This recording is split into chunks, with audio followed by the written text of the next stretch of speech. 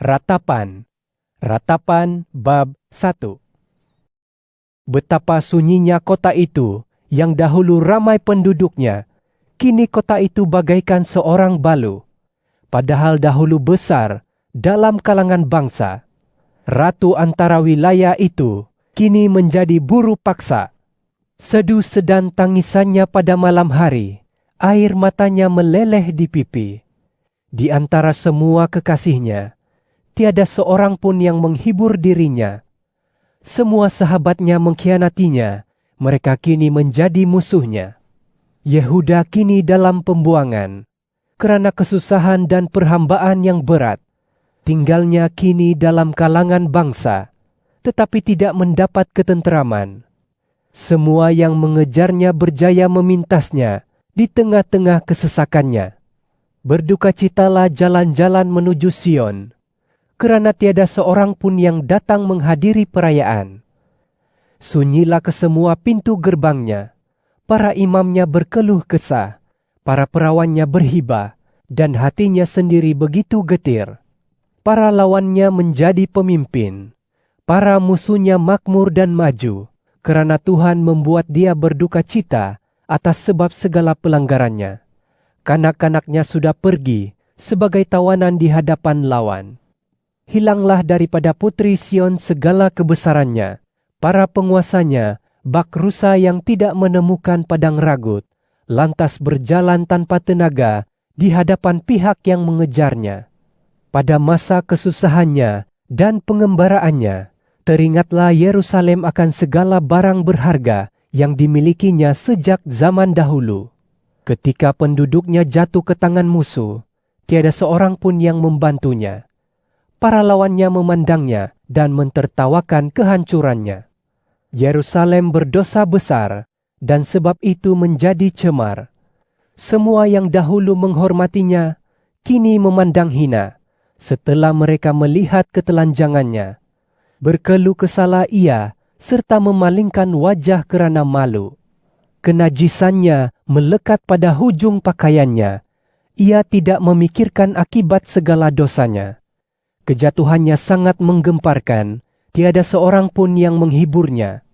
Ya Tuhan, pandanglah kesusahanku, kerana musuh telah memegahkan diri. Pihak lawan menjangkau tangan, meraup segala barangnya yang berharga. Dilihatnya bangsa-bangsa masuk ke tempat sucinya, padahal engkau melarang mereka memasuki jemaahmu. Seluruh penduduknya berkeluh kesah sambil mencari makanan. Mereka menukar khazanah mereka yang berharga dengan makanan untuk bertahan hidup. Lihatlah, ya Tuhan, pandanglah betapa aku terhina. Hai kamu semua yang lalu lalang, tidakkah kamu peduli? Pandanglah dan lihatlah, adakah derita seperti derita yang ditimpakan kepadaku, dibiarkan Tuhan demi mendukakan aku pada waktu kemurkaannya menyala-nyala? Dari tempat tinggi dilepaskannya api masuk ke dalam tulang temulang aku. Dibentangkannya jaring bagi kakiku, dibuatnya aku mundur, dia membuat aku tertegun, lemah sepanjang hari. Terikatlah pelanggaranku menjadi kuk yang dijalin dengan tangannya, lalu dikenakan pada tengkukku, sehingga gugurlah kekuatanku. Tuhan menyerahkan aku ke dalam tangan orang yang tidak dapat kulawan. Tuhan menolak semua orang perkasa yang ada dalam kalanganku. Dikerahkannya pasukan melawan aku untuk membinasakan para pemudaku. Tuhan menginjak-injak para perawan, yaitu putri Yehuda, seperti di tempat pemerasan anggur. Kerana hal-hal inilah aku menangis. Mataku, ya, mataku mencucurkan air. Penghibur yang dapat memulihkan jiwaku jauh daripadaku. Anak-anakku binasa kerana musuh telah menang. Sion menjangkau tangan, tetapi tiada sesiapa yang menenangkan hatinya. Bagi Yakub, Tuhan telah menetapkan betapa para jirannya menjadi para lawannya. Yerusalem menjadi sesuatu yang cemar antara mereka itu. Tuhan itulah yang benar. aku telah menderhaka terhadap firman-Nya. Dengarlah kiranya, wahai segala bangsa, dan lihatlah penderitaanku. Para perawanku dan para pemudaku pergi sebagai tawanan. Aku memanggil para kekasihku, tetapi mereka memperdaya aku. Para imamku dan para tua-tuaku kehilangan nyawa di kota ketika mereka mencari makanan untuk bertahan hidup. Lihatlah ya Tuhan, betapa sesaknya aku. Perutku seperti dipulas-pulas, hatiku digodak-godak di dalam dadaku, karena aku sudah sangat menderhaka. Di luar, pedang membawa hibah, di dalam serasa ada maut. Mereka mendengar keluh kesahku, tetapi tidak sesiapa yang menenangkan hatiku. Semua musuhku mendengar fasal geruku. Girang mereka kerana Engkau yang menimpakannya. Datangkanlah hari yang telah Kau maklumkan itu, sehingga mereka menjadi seperti aku. Biarlah segala kejahatan mereka sampai ke hadirat-Mu.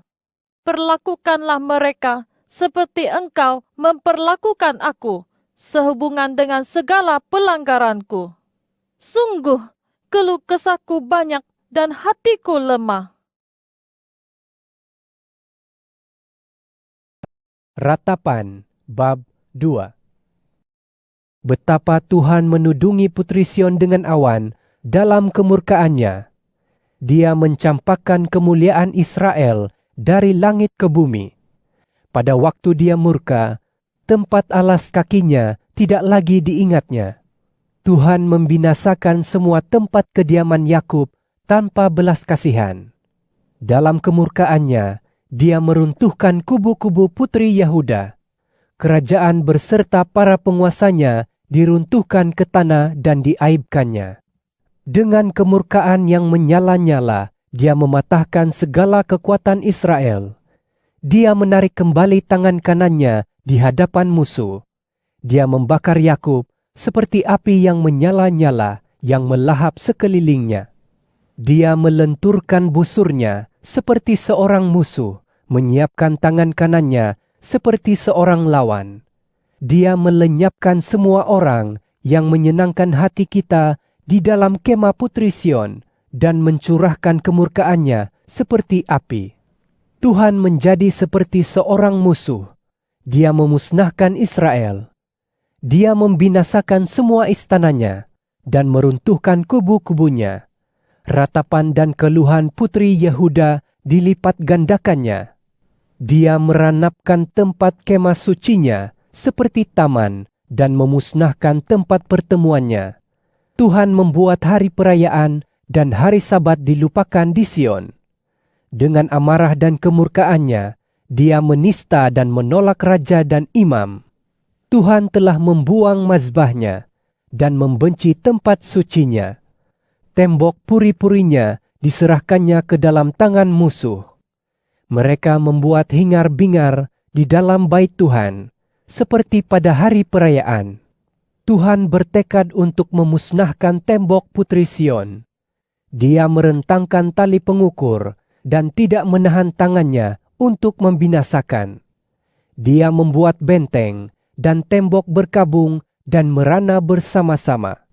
Pintu-pintu gerbangnya terbenam di dalam bumi, dirobohkannya juga palang-palang pintunya.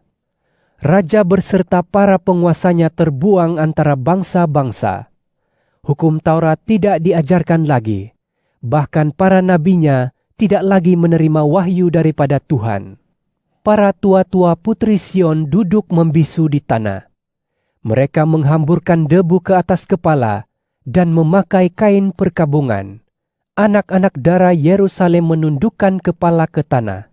Mataku haus oleh cucuran air mata, perutku seperti dipulas-pulas. Hatiku tertuang ke bumi kerana kehancuran para puteri bangsaku, kerana kanak-kanak dan bayi-bayi yang menyusu, pengsan di tempat-tempat umum kota. Mereka bertanya kepada ibu masing-masing, "Di manakah gandum dan air anggur?" sebelum mereka pengsan seperti orang yang terluka di tempat-tempat umum kota. sebelum jiwa mereka melayang di pangkuan ibu mereka. Apakah yang dapat kukatakan kepadamu? Dengan apakah dapat kubandingkan engkau, wahai putri Yerusalem? Dengan apakah aku dapat menyamakan engkau, sehingga aku dapat menenangkan hatimu, wahai perawan putri Sion? Kehancuranmu seluas lautan. Siapakah yang dapat menyembuhkan engkau? Sia-sia dan hampa belaka segala penglihatan yang didapati oleh para nabimu. Mereka tidak menyerlahkan kesalahanmu demi memulihkan keadaanmu, tetapi mereka menyatakan kepadamu pernyataan yang sia-sia dan menyesatkan. Semua orang yang lalu lalang di jalan bertepuk tangan terhadap kamu. Mereka mencemuh dan menggeleng-gelengkan kepala melihat putri Yerusalem. Kata mereka, Inikah kota yang disebut cantik sempurna, kesukaan seluruh bumi? semua musuhmu mengangakkan mulut terhadap engkau. Mereka mencemuh dan menggertakkan gigi sambil berteriak, Kita telah membinasakannya. Ya, inilah hari yang kita nanti-nantikan. Kita mengalaminya, kita menyaksikannya. Tuhan telah melakukan apa yang dirancangkannya. Dia melaksanakan firman yang ditetapkannya sejak zaman dahulu. Tanpa belas kasihan, Dia menjatuhkan kamu. Dia membuat musuh bergembira atasmu dan mengangkat tinggi tanduk seteru-seterumu. Hati mereka berseru-seru kepada Tuhan, wahai tembok putri Sion, biarlah air matamu mengalir seperti sungai siang dan malam. Jangan biarkan dirimu beristirahat. Jangan biarkan bola matamu tenang. Bangunlah, berteriaklah pada malam hari, pada permulaan waktu berjaga malam. Curahkanlah isi hatimu seperti air di hadirat Tuhan. Angkatlah tanganmu kepadanya, demi nyawa anak-anakmu yang pengsan kerana kelaparan di pangkal setiap lorong. Lihatlah, ya Tuhan, dan pandanglah. Terhadap siapakah engkau pernah berlaku demikian? Haruskah kaum perempuan memakan anak kandung mereka, yaitu bayi-bayi yang dilahirkan sihat sempurna? Haruskah imam dan nabi dibunuh di tempat suci Tuhan? Orang muda dan orang tua terkapar di jalan berdebu. Para perawanku dan para pemudaku tertewas oleh pedang. Engkau mencabut nyawa mereka pada waktu engkau murka. Engkau membinasakan mereka tanpa belas esan. Seolah-olah pada hari raya engkau menghadapkan aku kepada kegentaran dari semua arah. Pada waktu Tuhan murka, tiada seorang pun yang terselamat atau tertinggal. Mereka yang kuasuh dan kubesarkan dikorbankan oleh musuhku. Ratapan bab 3. Akulah orang yang merasai penderitaan akibat terkena rotan kemurkaannya. Dia telah memacu aku dan membawa aku ke dalam kegelapan yang tidak ada cahayanya. Sungguh, berulang kali aku dipukulnya sepanjang hari. Dia menyusutkan dagingku dan kulitku. Dia mematahkan tulang-tulangku. Dia membina tembok dan mengepung aku dengan kepahitan dan kesengsaraan. Dia menempatkan aku dalam kegelapan, seperti orang yang sudah lama mati. Dia memagari aku, sehingga aku tidak dapat keluar. Dia membuat rantai belengguku amat berat. Bahkan ketika aku berseru dan berteriak minta tolong, Dia tidak mendengar doaku. Dia menyekat jalanku dengan tembok batu pahat dan membengkokkan jalanku.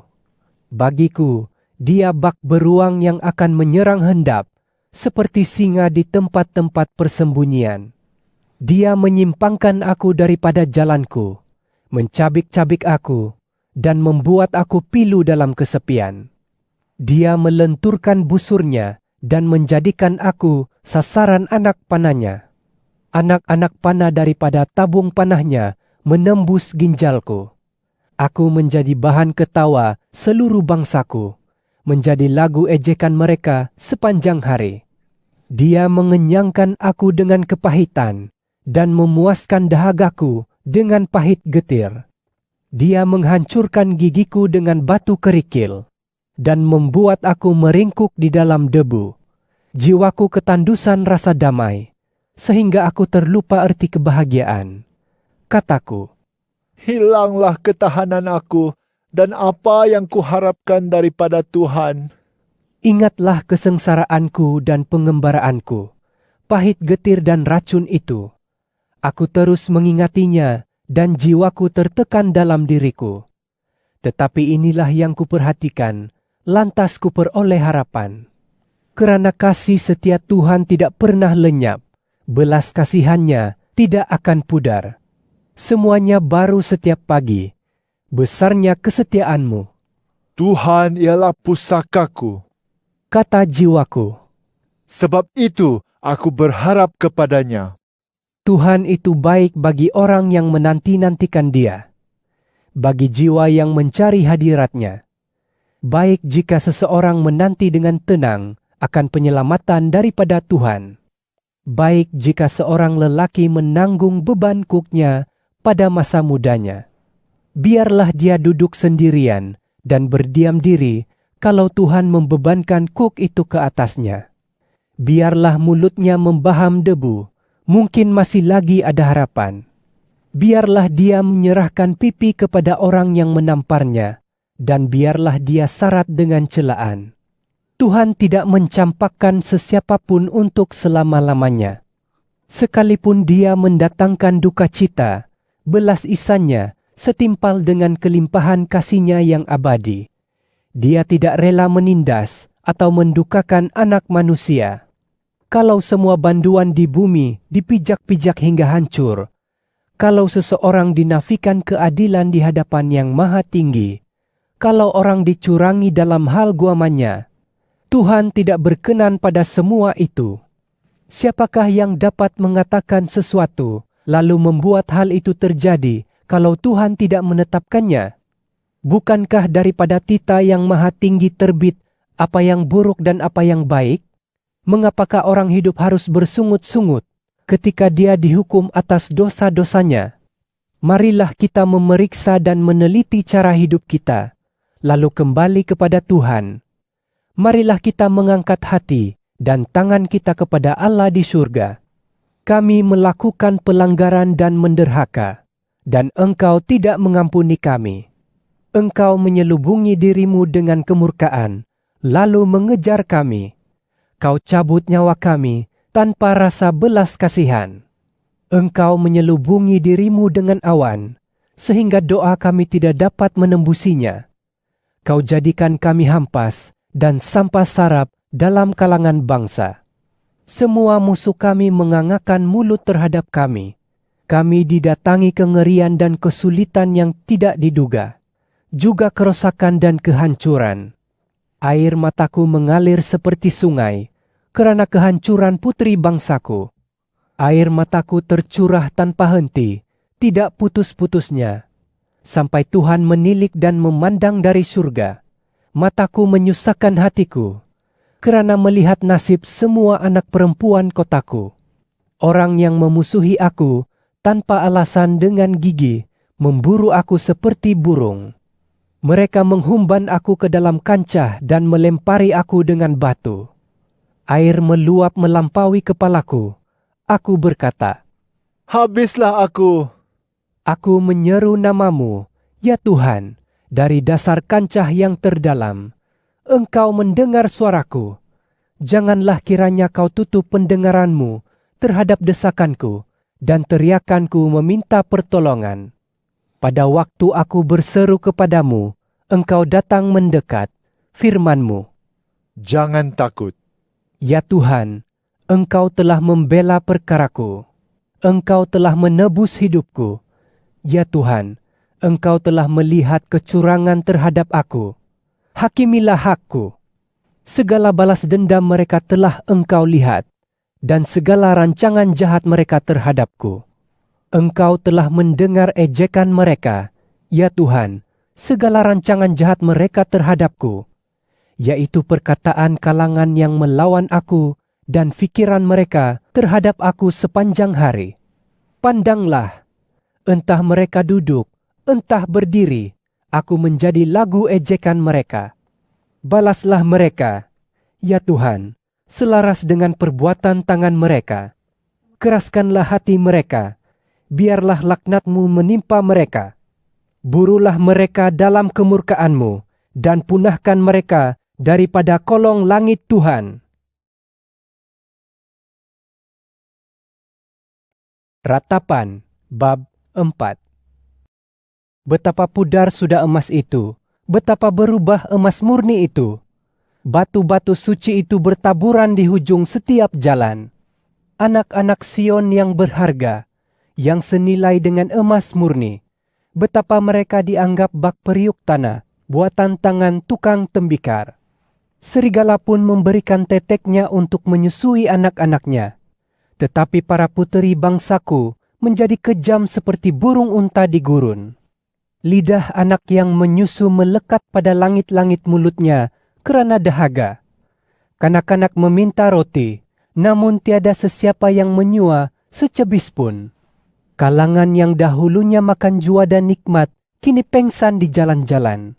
Kalangan yang dahulunya dibaluti pakaian mahal, kini memeluk timbunan sampah. Hukuman atas kesalahan puteri bangsaku lebih berat daripada hukuman ke atas dosa Sodom, yang dimusnahkan dalam sekejap sahaja, tanpa campur tangan manusia. Para penguasanya dahulu lebih bersih daripada salji, dan lebih putih daripada air susu. Tubuh mereka lebih kemerahan daripada batu delima, susuk mereka seperti batu nilam. Kini rupa mereka lebih hitam daripada jelaga, sehingga tidak dikenali di jalan-jalan. Kulit kerepot mereka melekat pada tulang, sudah kering seperti kulit kayu. Lebih baik keadaan para korban bahana pedang daripada kalangan yang mati kelaparan, merana, kurus kering, lalu mati beragan perlahan-lahan akibat kekurangan hasil ladang. Tangan kaum wanita yang penyayang merebus anak-anak sendiri untuk menjadi makanan mereka pada masa kehancuran puteri bangsaku. Tuhan melampiaskan sepenuh kemurkaannya dan mencurahkan amarahnya yang menyala-nyala. Dia menyalakan api di Sion, yang melahap segala asas kota itu. Raja-raja di bumi tidak percaya, begitu jugalah seluruh penduduk dunia, bahwa lawan dan musuh dapat memasuki pintu-pintu gerbang Yerusalem. Hal itu terjadi kerana dosa para nabinya dan kesalahan para imamnya, yang menumpahkan darah orang yang benar di tengah-tengah kota itu. Mereka mengembara di jalan-jalan seperti orang buta. Begitu tercemarnya mereka oleh darah, hingga kan tiada sesiapa berani menyentuh pakaian mereka. Orang berseru kepada mereka, "Nyahlah najis, nyahlah, nyahlah, usah sentuh." Mengembaralah mereka yang sudah menjadi pelarian, lalu berkatalah umat bangsa-bangsa, Mereka tidak boleh lagi tinggal di sini dalam kalangan kami. Tuhan sendiri menyelerakkan mereka. Dia tidak mahu lagi memandang mereka. Para imam tidak lagi dihormati. Para tua-tua tidak lagi diberi keutamaan. Mata kami juga sayu akibat kegagalan menantikan pertolongan, usaha yang sia-sia itu. Di menara pengintaian, kami menantikan bangsa yang tidak dapat menyelamatkan kami.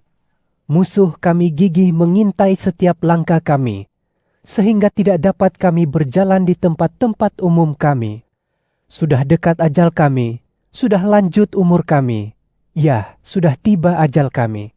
Lebih cepat kalangan yang mengejar kami berbanding burung raja wali di udara. Mereka memburu kami di pergunungan dan menyerang hendap kami di gurun. Orang yang diurapi Tuhan, nafas hidup kami tertangkap dalam lubang jebak mereka. Padahal tadinya kami berfikir, Di bawah naungannya kami akan hidup dalam kalangan bangsa. bergiranglah dan bergembiralah, wahai putri Edom, kamu kalangan penghuni tanah Uz. Cawan itu akan dialihkan kepadamu pula. Engkau akan mabuk dan menelanjangi dirimu. Sudah selesai hukumanmu, wahai putri Sion. Dia tidak akan lagi membawa engkau ke dalam pembuangan. Sebaliknya, dia akan membalas kesalahanmu, wahai putri Edom, dan mendedahkan segala dosamu. Ratapan, bab 5. Ingatlah, ya Tuhan, apa yang terjadi atas kami. Pandanglah dan lihatlah keaiban kami. Harta pusaka kami beralih kepada orang asing, dan rumah kami kepada orang luar. Kami menjadi anak yatim, tidak berayah, para ibu kami seperti balu. Air yang kami minum perlu dibayar, kayu api juga harus dibeli. Kalangan yang mengejar kami sudah begitu dekat. Kami penat, kami tidak mendapat istirahat. Kami menyerah kepada orang Mesir dan kepada orang Asyur demi mendapatkan cukup makanan. Nenek moyang kami berdosa, dan mereka kini tiada lagi. Namun kamilah yang menanggung kesalahan mereka. Kalangan hamba yang memerintah kami, tiada seorang pun yang melepaskan kami daripada tangan mereka. Makanan kami dapatkan dengan nyawa sebagai taruhan, kerana ancaman pedang di gurun.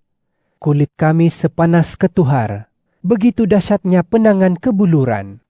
Mereka memperkosa perempuan di Sion dan perawan di kota-kota Yehuda. Para penguasa digantung oleh tangan mereka, para tua-tua tidak dihormati. Para pemuda terpaksa memikul batu kilangan, dan anak-anak terhuyung-hayang dibebani kayu pikulan. Para tua-tua tidak ada lagi di pintu gerbang kota. Para pemuda berhenti bermain musik. Lenyaplah kegirangan hati kami, tarian kami berubah menjadi perkabungan. Terjatuh kini mahkota di kepala kami. Malangnya kami kerana kami telah berdosa. Kerana hal inilah hati kami terlara-lara. Kerana hal-hal inilah mata kami menjadi kabur. Kerana kesepian gunung Sion, hanya serigala berkeliaran di situ. Engkau, ya Tuhan, bertakhta selama-lamanya. Arasimu tetap dari zaman ke zaman. Mengapa engkau terus melupakan kami, meninggalkan kami sekian lama? Pulihkanlah kami kepadamu. Ya Tuhan, maka kami akan dipulihkan. Baharuilah hari-hari kami seperti zaman dahulu, kecuali engkau telah menolak kami sama sekali dan amat murka terhadap kami.